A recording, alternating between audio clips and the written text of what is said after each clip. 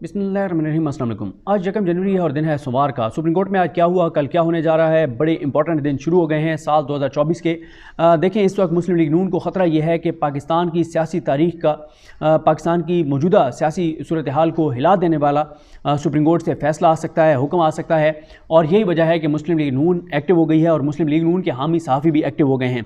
और इनको पता है कि जो मुमकिन तौर पे पाकिस्तानी मौजूदा सियासत का सबसे बड़ा सरप्राइज़ आ सकता है, और वो सरप्राइज़ ये आ सकता है कि सुप्रीम कोर्ट ऑफ पाकिस्तान अगर इमरान खान साहब की तोशाखाना फ़ैसले को मुअत्तल करने वाली दरख्वास्त समाअत के लिए मुकर्रर कर देती है और सुप्रीम कोर्ट उसमें कह देती है कि बिल्कुल फ़ैसला मुअत्तल हो सकता है, तो अगर वो फ़ैसला मुअत्तल होता है तो इमरान खान इलेक्शन लड़ने के लिए अहल हो जाएंगे। और इमरान खान के इलेक्शन के लिए लड़ने के अहल होने का मतलब यह है कि नून लीग की तबाही और बर्बादी जो 80% है वो 99% पे चली जाएगी और कुछ भी नून लीग के पल्ले नहीं बचेगा। ये तबाही और बर्बादी सियासी तौर पर इनके हो जाएगी और उसके बाद तो फिर कंफर्म है कि चीज़ें बिल्कुल नून लीग के हाथ से जो है वो मुकम्मल तौर पर निकल जाएंगी। अभी भी उनके हाथ में नहीं है, इंतज़ामी तौर पर चीज़ें कंट्रोल की हुई हैं, अवामी मैदान में तो उनका हशर नशर हुआ पड़ा है। देखें, आज 2 कॉलम लिखे गए हैं।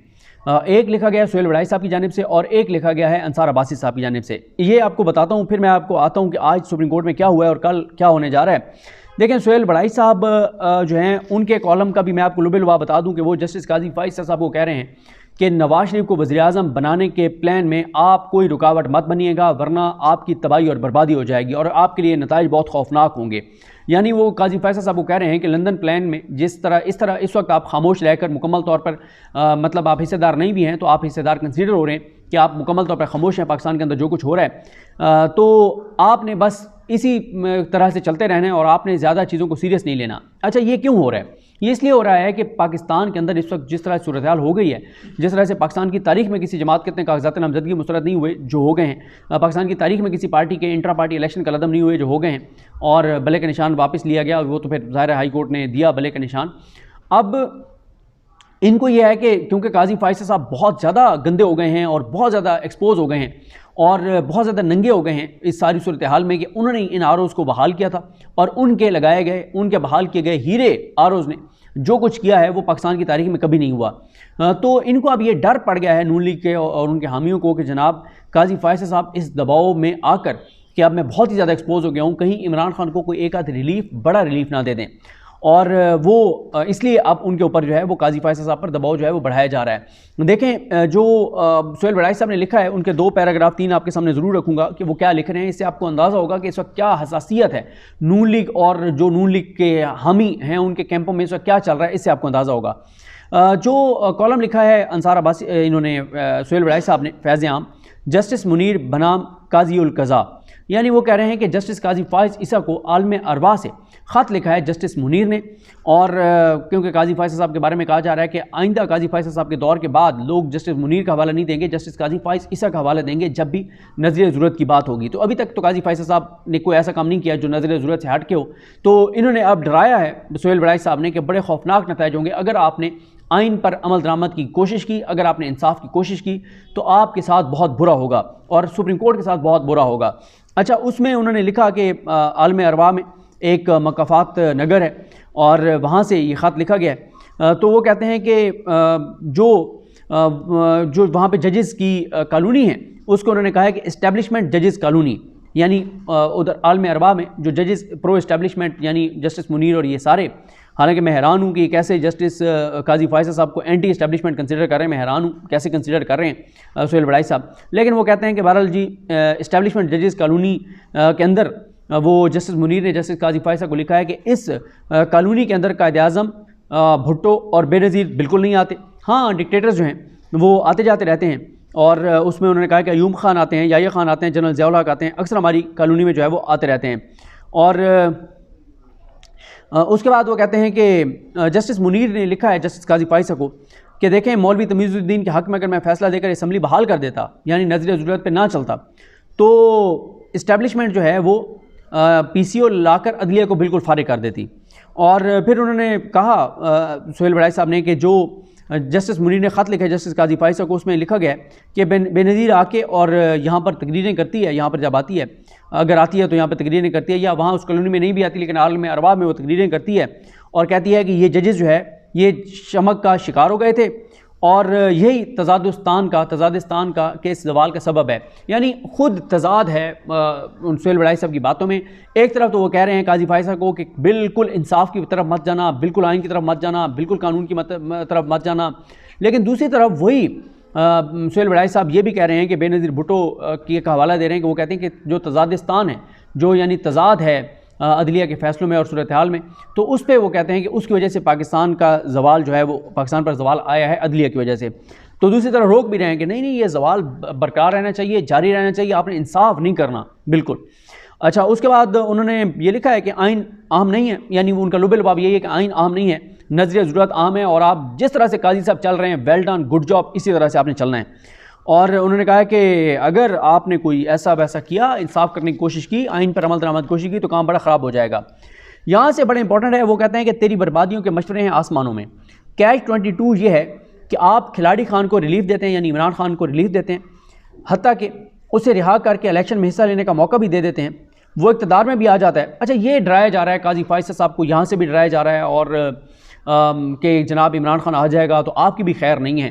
तो ये एक बड़ा एक कार्ड इस्तेमाल किया जा रहा है काजी फायज़ साहब को इस सारे प्लान में खामोश रखने का, और उनके किरदार को कि वो किरदार अदा ना करें, अदलिया अपना काम ना करे, इंसाफ फराम ना करे, आइन पर अमल दरामद ना करे, उसके लिए डराया जा रहा है। क्या कि कैच 22 ये है कि आप इमरान खान को, इन्होंने खिलाड़ी खान लिखा है, खिलाड़ी खान को रिलीफ दे देते हैं, हत्ता कि उसे रिहा करके इलेक्शन में हिस्सा लेने का मौका भी दे देते हैं, वो इक़्तिदार में भी आ जाता है। तो फिर क्या होगा?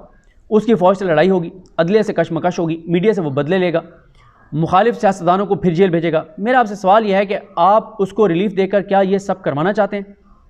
मेरा नहीं ख्याल कि आप ऐसा चाहते हैं, मगर आपके फ़ैसले रियासत को उसी तरफ धकेल रहे हैं। खैर, आगे उन्होंने कहा, वो सारा उन्होंने लिख के, और आगे आ जाएँ, उन्होंने अगला पैराग्राफ बड़ा इंपॉर्टेंट है। वो कहते हैं कि अगर आपके फ़ैसलों की वजह से रियासत को कुछ हुआ या जमहूरी बसात लपेट दी गई, तो आप क्या उसकी ज़िम्मेदारी से बच पाएंगे? मकाफात नगर में आप लोगों का एक फ़ैसला ज़ेर बहस है कि किस तरह आपने बगावत में मुलविस शख्स को इलेक्शन टिकटों के बारे में मशवरा देने की इजाज़त दी। क्या ये बैल को सुर्ख कपड़ा दिखाने की इमानत नहीं है? आप तो रियासत को भड़का रहे हैं। आपको सिर्फ फैसले नहीं देने चाहिए, उनके नताइज भी जो है वो नज़र में रखने चाहिए। अगर ऐसा ना किया तो ये निज़ाम नहीं चल सकेगा। यानी सुहेल बड़ाई साहब कह रहे हैं कि ये जो जस्टिस मियां गुल हसन औरंगज़ेब का फ़ैसला है कि इमरान खान से मुशावरत करने की, मुलाकात की इजाज़त दे दिया उन्होंने बैरिस्टर गौहर, शुएब शाहीन साहब और इन सबको, तो वो कह रहे हैं कि ये बड़ा खौफनाक आपने काम किया है, और इसके ऊपर बड़ी डिस्कशन हो रही है कि इसके नताइज बड़े भयानक होंगे, आपको ठीक नहीं कर रहे इमरान खान की वकला से मुलाकात की इलेक्शन की टिकटों के लिए इजाज़त देकर। और वो साथ सुहेल बड़ाई साहब इमरान खान को लिख रहे हैं कि बगावत में मुलविस शख्स। आगे लिखते हैं सुहेल बड़ाई साहब कि अगर आप रियासती मफाद वाली दलील, अगर आपको रियासती मफाद वाली दलील समझ नहीं आती तो कम अज़ कम ज़ाती मफाद और अदलिया के वजूद का ही ख्याल करें। अगर नया PCO आ गया और सब जज नौकरी से फारिग हो जाएंगे, आज़ाद अदलिया का नज़रिया भी फारिग हो जाएगा। आज अगर थोड़ा बहुत इंसाफ मिल रहा है तो वो भी ख़त्म हो जाएगा। एडवेंचर के नताइज ख़तरनाक होते हैं। दूसरी तरफ ज़ाती मफाद भी देखें, हम सब जजेस के बच्चे आज अच्छी पोजीशंस पर हैं। इस्टेब्लिशमेंट मुखालिफ जजेस को हीरो का दर्जा तो मिल गया, लेकिन ना उनके पास दौलत है, ना बड़े बड़े घर हैं। तो इस पे तो काजी फायज़ साहब क्राइटेरिया पे पूरे उतरते नहीं हैं। काजी फायज़ साहब के तो माशाल्लाह बीवी बच्चों के बाहर असास और जदादे हैं, और वो डिक्लेयर्ड भी नहीं थे। हाँ, यहाँ पे अगर आप ये लिखते कि देखें, जस्टिस मुनीर काजी फायज़ साहब को ये लिखते कि काजी साहब अगर आपको ज़्यादा आइन का शौक़ है तो आप करके देख लें, फिर आपका केस जो ख़त्म हुआ था वो दोबारा भी टेकअप हो सकता है। उसके बाद वो कहते हैं जनाब कि जो है ना, वो किसी ना उनको जजी के बाद कोई एडवाइज़री मिली और ना ही कोई मरात मैसर आई। यहाँ पे भी गलत कह रहे हैं। यानी एंटी एस्टेब्लिशमेंट जजेस में एक काजी फैसल साहब के हक़ में फ़ैसला देने वाले जस्टिस मंजूर मलिक को भी कंसिडर किया जाता था, उनको अभी जुडिशल कमीशन का मेंबर लगाया गया। फिर इसी तरह से जस्टिस मज़हर आलम मियां खेल साहब थे, वो काजी फैसल साहब के हक़ में फ़ैसला दिया था, उन्हें भी अभी एक ओहदा दिया गया है। फिर आप देख लें कि जस्टिस मकबूल बाकिर, उनको निगरान वज़ीर आला बनाया गया। ये एक ना बड़ा एक भोंडा एक बयानिया था कि जनाब ये जो है ना, ये काजी फैसल साहब के जो साथी जजेस हैं ये एंटी एस्टेब्लिशमेंट हैं, बंदयाल साहब के जजेस जो साथी हैं वो प्रो एस्टेब्लिशमेंट हैं। वो जिनको प्रो एस्टेब्लिशमेंट कहा जाता था उन्होंने तो मिलिट्री कोर्ट्स उड़ा दी। उन्होंने तो ना सिर्फ मिलिट्री कोर्ट्स उड़ा दी, बल्कि उन्होंने 1967 का कानून, यानी कोई 33 और 20 56 साल पुराना कानून उड़ा दिया। और काजी फाइज इसा साहब के ग्रुप ने सिविलियंस के मिलिट्री कोर्ट में ट्रायल की इजाज़त दी, और उन्होंने कहा जी काम छिक के रखो। तो ये भी एक गलत बयानिया है आज तक। बंदयाल साहब को तो कोई ओहदा नहीं मिला, साकिब निसार साहब को तो कोई ओहदा नहीं मिला, खोसा साहब को तो कोई ओहदा नहीं मिला, अजमत शेख साहब को कोई ओहदा नहीं मिला, इजाज़ अफजल खान साहब को कोई ओहदा नहीं मिला। उन्होंने तो कोई ओहदा नहीं लिया जिनको आप प्रो एस्टेब्लिशमेंट कहते हैं। तो जो जिनको आप एंटी एस्टेब्लिशमेंट कहा करते थे, जिन जजेस को, वो सारे इस वक्त ओहदों के ऊपर हैं जो रिटायर हो गए। काजी फैसल साहब के दोस्त, तो ये भी एक बड़ा भोंडा सा, एक घटिया सा बयानिया है कि वरना बताएं ना कि किसको उस पूरे ग्रुप में से, पनामा का फैसला देने वाले जजेस में से किसको कोई ओहदा मिला, या किसने ओहदा कबूल किया, किसने कहा मुझे ओहदा दो? किसी ने नहीं कहा, ना उन्होंने ओहदे लिए। और यहाँ पे सारे जो बड़े पवित्र बनते थे, आइन कानून के अलंबरदार बनते थे, इंसानी हकूक़ के चैंपियन बनते थे, बड़े एंटी फलाने ढींगने ये वो, आइन के कहते थे इनसे करीबी आइन के रिश्तेदार कोई है ही नहीं, ये मकबूल बाकिर साहब से, वो निगरान वज़ीर आला हैं, और एक गैर आइनी वज़ीर आला हैं जो 90 दिन से ऊपर चले गए। बड़ी भाषण दिया करते थे आइन के, नून लीग के हक़ में फैसलों में बड़े आइन के हवाले देते थे मकबूल बाकिर साहब। आज वो वज़ीर आला बन के और उन्हें आइन बिल्कुल अब फिट नज़र आता है, ओके नज़र आता है, सब ओके, सब ओके, इंसानी हकूक़ ये वो कोई मसला नहीं है। और एक और अभी रिटायर होंगे, उनके लिए बेहुदा कोई ना कोई तैयार होगा जो आइन की किताब फेंकते हुए कहते हैं कि पता नहीं कि आइनी इंसानी हकूक़ हमें कहाँ ले जाएंगे। उसके बाद आ जाएँ जनाब इस बात पर कि उसमें उन्होंने कहा कि आपको अपना ख्याल नहीं है तो अपनी बीवी बच्चों के ख्याल करें। उसके बाद उन्होंने आगे भी खैर वो लिखा, तो ये हो गया जनाब सोहेल बड़ाई साहब को जिन्होंने बहुत राय है। उन्होंने कहा आइन इंपॉर्टेंट नहीं है, नज़र ज़रूरत इंपॉर्टेंट है। अगर आपने आइन के ऊपर चलने की कोशिश की तो तबाही और बर्बादी हो जाएगी आपकी भी और सुप्रीम कोर्ट की भी। अब अंसार अब्बासी साहब क्या लिखते हैं? अंसार अब्बासी साहब को भी पता है आपको कि हर झूठा बयानिया आजकल उनकी खबर का हिस्सा होता है, और वो भी बड़े परेशान हैं कि अगर 5% भी शफाफ इलेक्शन हो गए तो इमरान खान और PTI ले दे जाएंगे, तो ये तो बड़ा काम ख़राब हो जाएगा, क्योंकि इसाक डार की याद तो आती होगी, क्योंकि इसाक डार के ऊपर बहुत लिखा करते थे कि इसाक डार की याद तो आती होगी। अब अंसार अब्बासी साहब लिखते हैं जनाब कि अगर इंतखाबात साफ शफाफ अंदाज में करवाए जाते हैं तो मुमकिन तौर पर 9 मई वाले इक़्तिदार में आ जाएंगे, और अगर इंतखाबात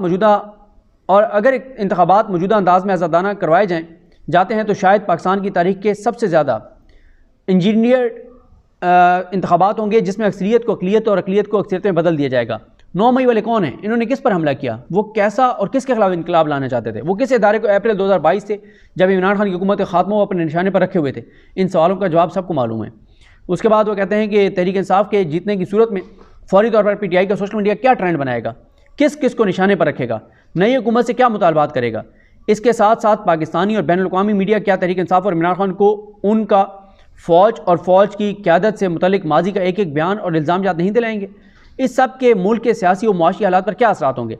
अगर इमरान खान वाकई बदल गए हों और तहरीक इंसाफ के वोटर्स, सपोर्टर्स और PTI के सोशल मीडिया की इदारों से नफरत ख़त्म भी हो गई हो, तो दूसरी तरफ जिन पर 9 मई के हमले हुए हैं क्या वो 9 मई को भुला देंगे? तो ये सारा देखें ना, पहले अंसार अब्बासी साहब लिख रहे हैं मुसलसल इमरान खान के ख़िलाफ़ और झूठे बयानिए जो है सरकारी बयानिए छाप रहे हैं, और बने बनाई खबरें जिस तरह से आती हैं उसी तर्ज पे वो चीज़ें कर रहे हैं अंसार अब्बासी साहब। अब अंसार अब्बासी साहब ये लिख रहे हैं कि जनाब शफाफ इलेक्शन हो गए तो इमरान खान आ जाएगा और ये वो और फलान नहीं। सोहेल बड़ाई साहब सुप्रीम कोर्ट को डरा रहे हैं कि जनाब अगर आपने साफ शफाफ इलेक्शन की तरफ कोई कदम उठाया तो फिर आपकी खैर नहीं है। तो बाकी आज सुप्रीम कोर्ट में समीर इब्राहिम साहब इसको बता चुके हैं। आज सुप्रीम कोर्ट में ये हुआ कि सुबह शुएब शाहीन साहब पेश हुए और काजी साहब ने उस वक्त उनकी बात नहीं सुनी और उन्होंने कहा कि आप जो है वो बैठ जाएं, आपको आखिर में सुनते हैं।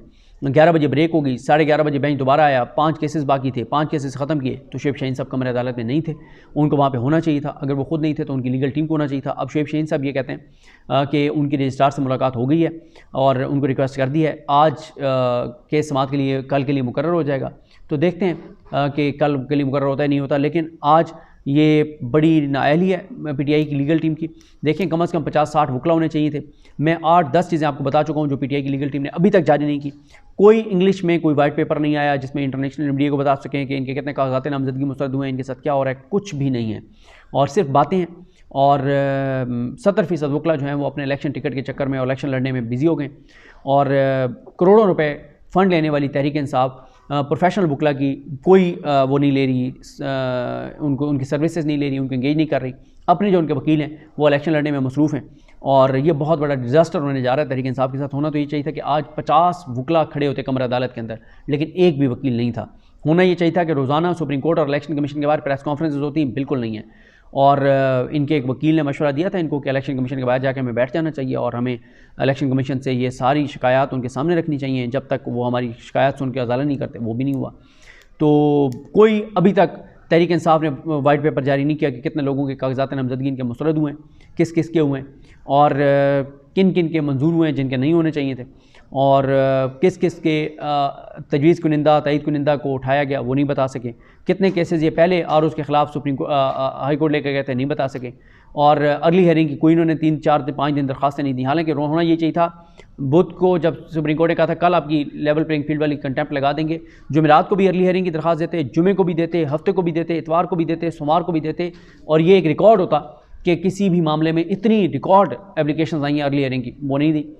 तो समझ नहीं आती, काम ज़्यादा हो गया है, नाअहली है, नालायकी है, कंप्रोमाइज़्ड हैं, और किसी एक वकील की बात नहीं कर रहा। मुझे तो पूरी लीगल टीम के अंदर ही इश्यूज़ जो है वो नज़र आ रहे हैं। पता नहीं अब इसमें इमरान खान के साथ क्या होगा अगर ये लीगल टीम के हालात हैं। मुझे अपनी दुआ में याद रखें। अल करीम हम सब का आमीन। अल्लाह हाफ़िज़।